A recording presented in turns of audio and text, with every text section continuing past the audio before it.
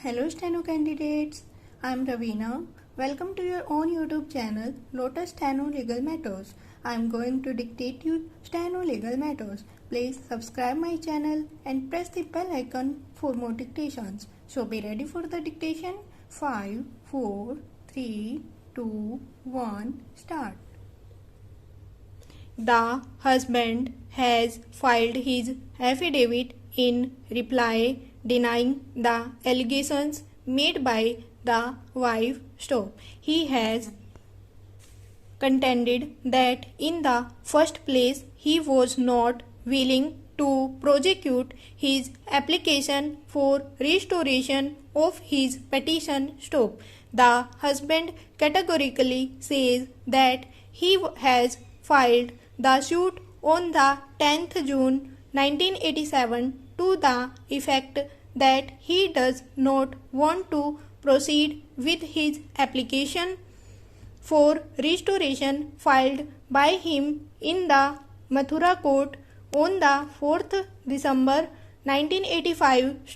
The husband therefore is reconciled to the fact that his petition for divorce was dismissed by the Mathura court on 28th November 1985, though the returnable date was 29th November 1985. Between 4th December 1985, on which date the husband filed his application for restoration, and 10th June 1987, the date on which he filed the pursuit, the Supreme Court has passed the order on 15th December 1986 transferring the Mathura petition to Bombay.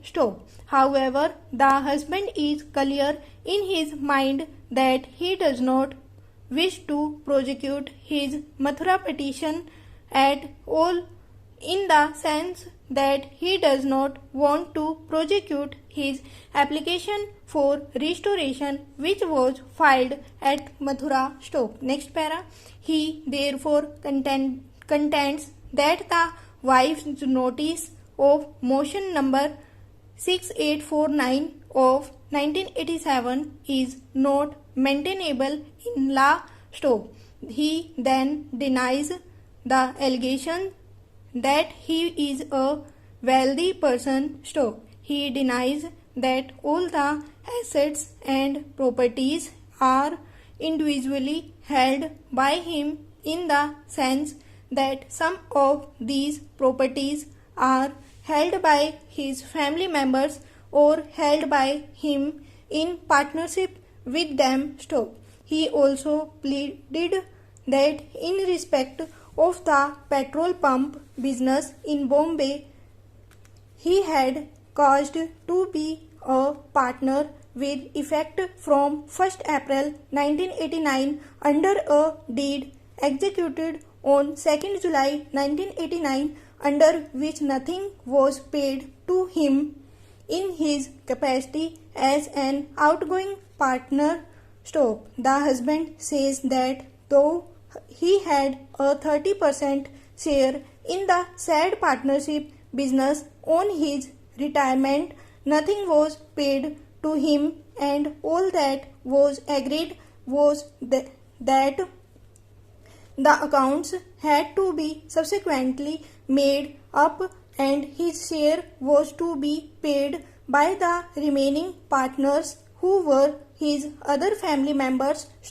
Next para. On a query made by me to the learned counsel Sri Bhatia, appearing on behalf of the husband, he makes a statement today on taking instructions from the husband, who is present in the court, that though the accounts have been settled and though he has been paid his dues, he does not remember what exactly has been paid to him under the said document dated 2nd July 1989.